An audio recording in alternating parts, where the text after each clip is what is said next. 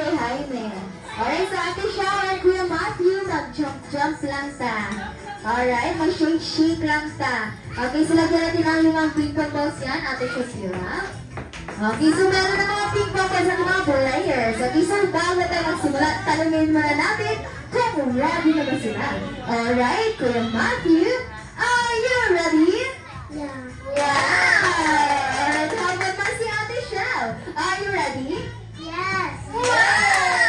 Alright, kids, in a count of 3, let's start our game. And 3, 2, 1, shake! Go! Ayan, very good. Shake.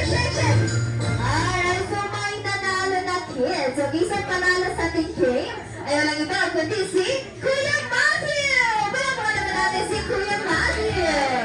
Wow! Alright, Kuya Matthew, you will not choose one prize po. Okay, so ito nag-effort din naman si Ate Shaw. Bibigyan din natin siya ng prizes po. Yes! Alright, pagkatapos ko lang sa picture. Alright, 1, 2, 3, smile! At Nina. Yes! Smile ko, 1, 2, 3, smile! Okay, maraming salamat. Please, you will not take your seat na kids.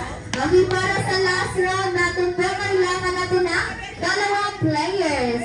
Okay, yan si Kuya. Okay, dali.